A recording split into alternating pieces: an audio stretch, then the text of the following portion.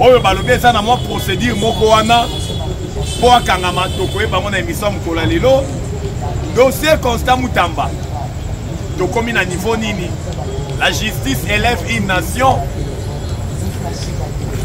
mais justice congolaise ezotombola vraiment nation congolaise ministère ya ministre ya nini ya justice a détourné oui ou non tokoyeba ngo na émission ya mokolo lelo la diplomatie agissante ya tata mokonzi ya ekolo Fachi Beton tokomi na niveau nini gouvernement ya union nationale ekomi na niveau nini la guerre de l'Est il n'y a jamais eu le développement là où il y a la guerre et si kama nduke betaka kotombwa meyaka te ezali bongo basijo oyo tokolobela na émission na biso ya mokolo lelo. C'est votre humble serviteur, Nakombo Jonas Ngandou, surnommé Charles Onana. Bonjour, bonsoir. Cela dépend de l'heure à laquelle vous êtes en train de suivre notre émission.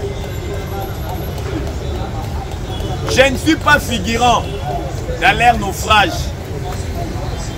Wane Zalaki, tweet à Joseph Kabila Kabange avant-hier. Oui, bien été. Toyebisaki bino na émission alobi sauf imprévu Sénat il fallait que dans la dossier à Joseph Kabila depuis hier on a kolongola immunité na ye à travers commission au batiaki et pas ya Sénat on a zalaki na musala pendant 3 jours on a kotala lolenge kanya kolongola immunité na ye attaque sénateur à vie mais Sénat a ko juger bon likolo ya lelo jeudi.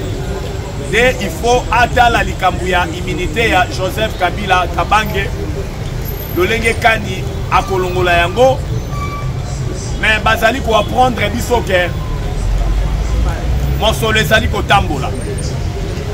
Oui, c'est ça la vraie information. Pour l'amour du Congo, tokokanga monoko te, il faut ba kongomani boyeba lolenge kani mboke lalaki lolenge kani mboke lamukaki. D'après les informations de notre possession, il semblerait que Baouti ko débourser ma somme moko colossale.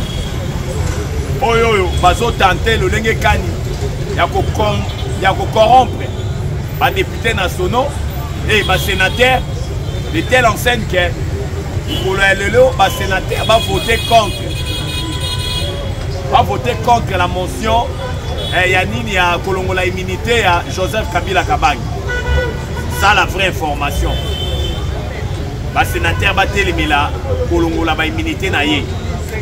Et ça loko yo toloba ki tokotika yango te, il faut to landela yango mukolo lelo. Il faut to interpeller bakonza mboka baye balolenge kani makambo ezali kokende. Parce que toloba yango boyebi ete na mboka na biso corruption et comment le col a monnaie courante. C'est tout un système. Les gens sont tellement corruptibles, vous n'aurez même pas l'idée. Mais il n'y a pas ces alliés. Tant que corruption n'est pas, il y a bateau baza censé. Je dis bien, bateau baza censé pour légiférer la loi.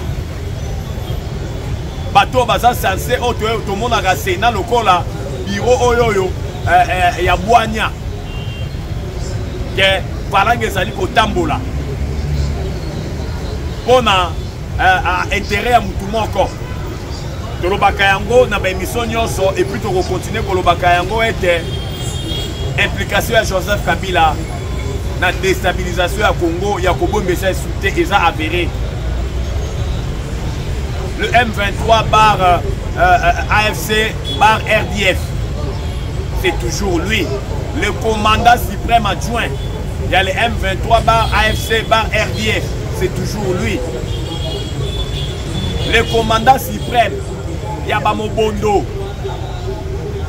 On va déstabiliser Bandunduna, une partie à ville province à Kinshasa, précisément à Malou. C'est toujours lui. Il y a Kobo Mbesali de susciter. Implication et la Kisami. Eric Kuba Aloba, Boébia Monyo Sotolobarango na Baitandouike na Bino. Maloba na Epe Koloba était Outamboka Afrique du Sud. basimene uti koleka ete bitumba o M23 azali koboma bacongolais ezali aspiration ya peuple congolais bomona wapi baterroriste bazali koboma yo président honoraire odirija mpe mboka wana panda bambula oleki na etandoki oloba ete oyo armée rwandaise ezali kosala na le M23 ezali aspiration ya bakongomani. Non, ezali pasi mpe mawa. Ezali pasi mpe mawa. Donc Joseph Kabila Kabange démasqué na maignon oyo azali kosala. Oyo ezali poni. Yango tomoni lolenge kani.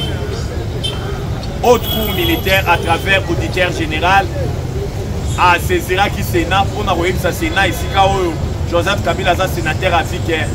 Il faut batia na maboko ya justice. Yango tomonaki mpe lolenge kani Sénat après avoir engagé un débat houlé entre les sénateurs oyo esalemaki à huis clos, mais Sénat qui conclure que il fallait que tia commission moko commission wana nde etala lolenge kani ya koétudier et puis baya kopesa rapport pour Sénat mobimba bazwa décision moko unanime. Yango bazali ko informer biso ezalaki lobi te mais mokolo ya lelo nde Sénat azofanda po atala lolenge kani ya kolongola ba immunité ya Joseph Kabila. Yango toye en même temps ko interpeller bakonzi ya ekolo toyebi ke pied vert esetamboli pied vert ezotambola na Sénat. Yango toye ko interpeller bakonzi ya mboka. Dossier Constant Moutamba, comme vous le savez, depuis hier, l'actuel ministre de la Justice, Cour et Cassation, et comme qui Assemblée nationale, pour être ballon la immunité à Constant Moutamba, l'actuel ministre de la Justice. Oyo biso ba Kongomani tokosenga ezali ete dossier oyo Cour et Cassation et c'est une Assemblée nationale. Alors on avait immunité à Constant Moutamba ezali dossier à Maïmatali, indemnisation, il y a ma victime, il y a guerre il y a 6 jours. Vous voyez que la guerre de 6 jours, où le cara na province à Kisangani, Tangouane Zalana dans province à Kisangani, entre les deux armées étrangères, bah s'affrontaka en pleine ville, il y a Kisangani. Oyoyo, plus de 3000 Congolais bah Koufaka. Et Zalaki l'armée rwandaise et l'armée ougandaise s'affrontaient pendant 6 jours. Ils utilisaient des armes lourdes en plein centre-ville à Kisangani.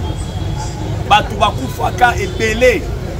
Et on a une occupation toujours de l'armée rwandaise et de l'armée ougandaise. Vous voyez qu'il y a une agression dans les bandits de l'OT. Et bandits Kala. Depuis Musée Laurent Désiré Kabila, il y a des Rwandais et Ougandais. La libération le 17 mai 1997. Ils ont la libération alors que ils ont rendu début à envahissement dans la force étrangère. Ils ont rendu début à un problème.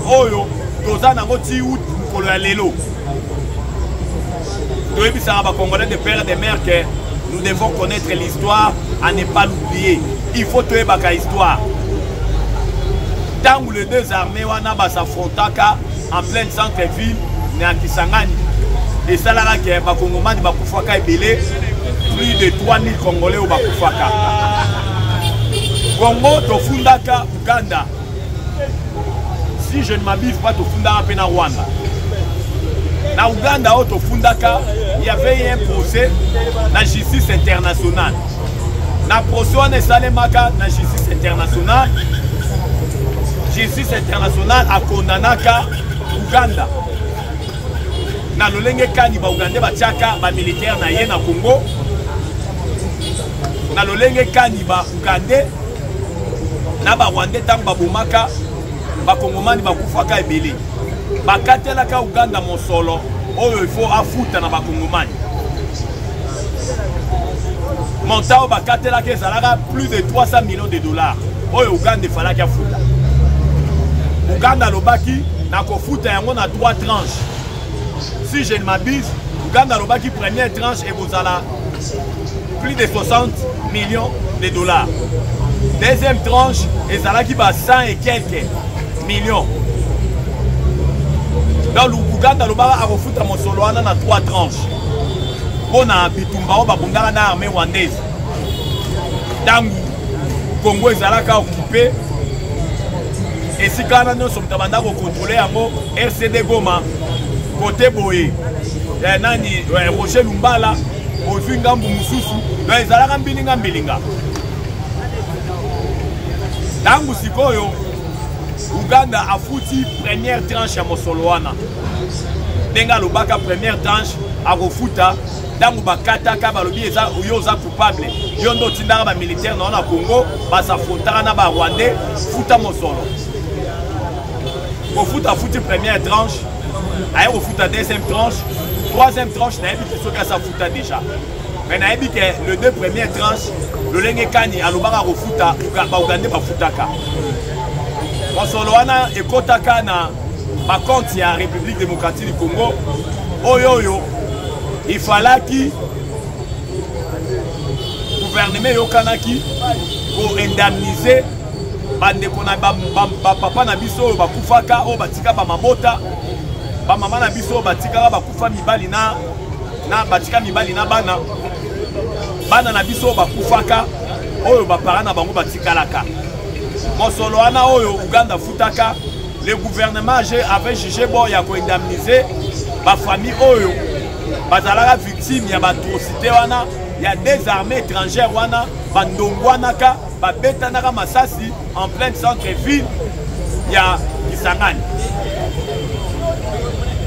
Yango toyaka omona lolenge kani Mosoloana, d'après les informations de notre possession, balobi ebimaka. Ebimaka ezalaki géré par ministère ya justice. On a retard le lenge kanya kufuta ba famille wana pour indemniser bango. Effectivement, plusieurs familles ont été indemnisées. Bazwaka Mosoloana. Mais misusu pe bazwaki na nuté. Oyebi ke le lenge kani ministère ya justice ayokana kina ba victime ba kongomani oya Kisangani pona kufuta bango molomela wana. Ngana yo toyebi vraiment te. Mais oya makasi toyebi ezake ba famille belé ezwaka Mosolo. Mais d'emblée de but en blanc, donc était l'actuel ministre de la Justice dans Congo ya Constant Mutamba Tungunga a détourné qui Mosoloana. Avant ça, qui liboso 19 millions de dollars. Baye Koloba a commis plus de 60 millions de dollars. Oh, il y a détourné. Oh, il y a tien na poche nae. Oh, il y a lié. Mais tout ni motuna moko. Détournement yango. Quand vous parlez de détournement, vous avez des preuves que l'actuel ministre de la Justice a détourné Mosolo. Il y a des victimes, il y a une indemnisation, il y a des victimes, il y a des gens qui s'engagent. C'est ça la question auquel nous sommes en train de nous poser. Oh, il y a Makasi Bisoto Baba Congolais des pères et des mères. Si réellement l'actuel ministre de la Justice, la Congo à Constant Mutamba Tungunga, a détourné Mosolo, il y a des victimes. Il y a une indemnisation, il y a des gens qui s'engagent, il y a des gens Rwanda na Uganda, oh ba betana masasi pendant 6 jours na province ya Kisangani. Constant Mutamba a répondre justice est la sa culpabilité na ye. Balongo la ba immunité na j'ai dit si a détourna Assemblée nationale ezali ko kamba manande ko Vital Kamerhe lo akaningi king. Balongo la ba immunité na ye. Batia devant l'instance judiciaire. Ce qui est l'instance judiciaire et la qui c'est culpabilité naïe. Pas kangaye. Parce que le lobby bien que justice le lobby est tombé la gamboka. Effectivement, tout ça n'a pas ça. Justice est en amibeko. Na yango et si quand bébé zali condamnation est là. Yango to sengi na justice ezala impartial. Ezala impartial. Po to koyeba tout to koyeba mais du moins avec Constant Mutamba na komona na ministère de la justice il y a une lueur d'espoir na mamitu ya bakongomani nyonso po lolenge makambo ezali kotambola na ministère ya justice ezali kotambola na lolenge ya malamu ezali kotambola na lolenge ya malamu ezala guerre te ezala règlement de compte te mpona mosala oyo Constant Mutamba asali na ministère ya justice bareforme oyo Constant Mutamba amene na ministère ya justice ezala te yango nde ekomi acharnement contre ye mpona kotala lolenge kani ya kotia ye maboko toyebi lolenge kani makambo elekaka na mboka oyo toyebi lolenge kani parce que tata mokonzi ya ekolo Fatou Beton alobaka souvent que la justice de mon pays elle est malade. C'est le magistrat suprême Kongomani ya Yambonde aloba yango eza Constant Mutamba te. Effectivement la justice de notre pays était malade. Il fallait maintenant chercher un docteur pour administrer une thérapie pour que la justice de notre pays et puis quand la maladie ezalaki kobela oyo ezalaki caractérisé par la procès moko fantôme mpona kobimisa mosolo epai ya l'état oyo ezalaki caractérisé na tous les mots yango wana ebandaki kobela tomonaki mpe lolenge kani l'actuel ministre ya justice Constant Mutamba na bamagistrat bazalaki na benda bika à cause ya bareforme oyo alingaki amene à cause ya badénonciation asalemaki oyo alobaki na baprocès ebele fantôme en connivence entre baprivé moko na bamagistrat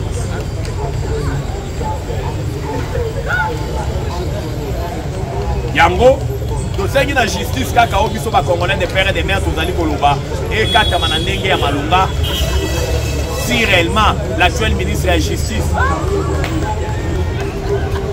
bakolakisa culpabilité na ye azala justice esala mosala na yango oyo biso tozali kosenga yango wana parce que avant dossier oyo eapparaître ya makambo baindemnisation ya bavictime ya Kisangani dossier mosusu elingaki eya ya lancement ya poursuite judiciaire contre Joseph Kabila oyo l'actuel ministre de la justice Constant Mutamba il semblerait que a sollicitaki 450 000 $ auprès du gouvernement pour poursuivre Joseph Kabila Kabangi. Oyo, cabinet il semblerait que il fallait qu'on répertorie bien sur Joseph Kabila sur toute l'étendue de la République. Avant dossier à 450 000 $ et y a qui paye. Mais le fait que Zaki a sous-bassement, et Zaki sollicitation, à soi qui n'a pas soloté, tout le monde qui dossier et Zaki, à voir qu'il y a un directement tout le monde dossier à victime qui s'engage et apparaître. Dans le la justice, c'est ça la moussala, et ça la acharnement. Si réellement, à cause de la coupable, à cause de ça, ma prévention qui a détourné beaucoup comme bon wana justice c'est la moussa nango dossier Matata Ponyo si sikoyo boye bien depuis avant-hier Matata Ponyo à travers la cour constitutionnelle iranda qui verdict na yango na dossier Bukangalonzo Matata volé à Bukangalonzo pour aller construire l'université Mapon. Il y a Jean-Marie Kassamba.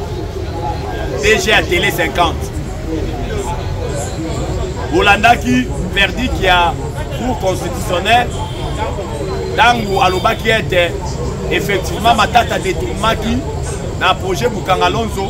Arrestation n'a pas que ça les mandats immédiats. Donc mes cas ils n'a pas juriste de lobby. Il faut d'abord notifier décision par la Cour constitutionnelle de telle enseigne que Baeba Kokangaye a que nous la bolo qu'on a makala Dengue Mobeko et lobby. Depuis hier, avant-hier même, Kolo pour Aranda qui verdi Kouana, Matata Zalagi toujours un homme libre, Alalagi Nanda Kunaye, On va prendre aussi que depuis hier aussi, Matata a passé la nuit dans sa propre maison. Les lopés, d'après les informations de notre possession, si Nangonga, nous allons faire l'émission de la Lelo, nous allons prendre l'émission que Azali toujours dans le Naye, dans le Bota Naye. Nous allons faire le cas de Makambo Leka. Ceux qui nous colonisent, nous allons faire pour que nous allons faire la Boloko Makala. Donc, il y a toujours Itandoike Nabino pour nous repérer sa information. Pour l'amour du Congo, donc côté photo car le Congo, c'est notre dénominateur commun. Le Congo, c'est le pays de nos aïeux. Yangwana Bomoni Lolenge Kani. Nous partageons nos informations Italie, justice Yamboka Nabiso. Pour Bible et l'obus, justice et Tombo la Ramboka. Souhait à Bakongomani des pères et des mères, tous allés au Senga était justice Yamboka Nabiso. Et Tombo la vraiment Boka Nabiso. Investisseur Baya. Congolais, base à la confiance dans la justice na bango. Donc maintenant na mai oyo Italie Bitumba dans le poto balobi il n'y a jamais le développement là où il y a la guerre. Boebi était Bitumba na province ya nord na Sud Kivu entre les Wazalendo et l'armée rwandaise et leurs six petits photo bengi les terroristes de M23 ils allaient toujours pour continuer. Mais la vérité est que Wazalendo baza au four et au moulin. Car on continue à Koloba. Parce que la progression de l'armée rwandaise, dans le supplétif, le M23, ils allaient vraiment bloquer. Ils allaient bloquer pourquoi l'armée rwandaise est affaiblie à cause de des sanctions, à cause de la copie de la Mosolo. Oyoyo. Bamboka ebele et boy copé sa bango Mosolo. On a déstabilisation na bango ya Congo oyo mokili mobimba eyebi à travers la diplomatie agissante ya tata mokonzi ya ekolo Fachi Beton na Nzambe Elongo lolenge kani tata mokonzi ya ekolo a réussi ko déboulonner empire ya mensonge ya le sanguinaire Paul Kagame oyo atia pendant 30 ans ko bomaka ba Kongomani mokili mobimba elobaka te po bamboka ebele ezalaki complice. Oyo, écrivain politologue camerounais, na Congo ya Charles Nanaloba, Holocauste au Congo, sacrifice au Congo, l'omerta de la communauté internationale, la loi du silence de la communauté internationale. C'est-à-dire, Koboma ya Bakongomani na Est, mokili mobimba yebaki ke eza Rwanda, mokili mobimba yebaki ke eza ba américain, mokili mobimba yebaki ke eza ba impérialisme. Mais il ne fallait pas qu'on dénonce, il ne fallait pas qu'on loba, il fallait qu'on tika bakufa, bakongomani bakufa. Il fallait que richesse ya bakongomani, ba ressources minières au Rwanda bande ko yiba, ko pesa ba impérialiste. Il fallait que apesa ka bango po silence et à la radio. Muto a condamné Rwanda te. Muto a lobela Rwanda oloko moko te. Mais tout le monde depuis Fachi Beton aye oh, il faut que le Barazan a mandaté à sa mission. Il a su déboulonner l'empire des mensonges. Il y a les sanguinaires Paul Kagame. Oh, il y a pendant 30 ans. Ni Nessi l'a raté par Congolais de père et de mère. Pour l'on a l'eau, ils ont un peu de soukana yango. Yango to monaki le lenge kani le yoyo. Kaka bamboka oh, il va soutenir Kagame. Les lots, on va salir rétro-pédalage. Bazongi sima balobi tete. Kagame aventure na Congo bo bia. Na bamboko e bande ko pesa e mosolo. Lelo e puis melie mosolo e bande ko pesa e. Lelo e pesi e Congo. Oyebi ke Rwanda ezali pays ya Mikoli o e vivaka na ba aide financière. Mais tangu mosolo ana nyoso bakati yango. Même o e bande ko kota na armée na ye moyen. Et ça là, Makambo Malongé Zati.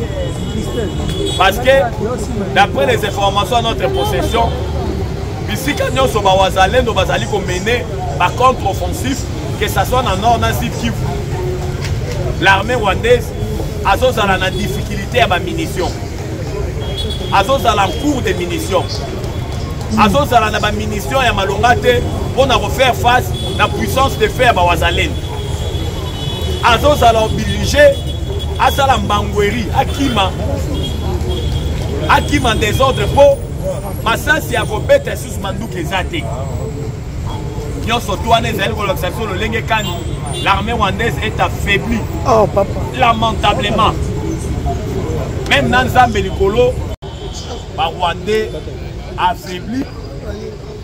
Les Congolais de père et de mère, comme vous le savez, pour faire la guerre, ce n'est pas une mince affaire. La guerre demande beaucoup d'argent.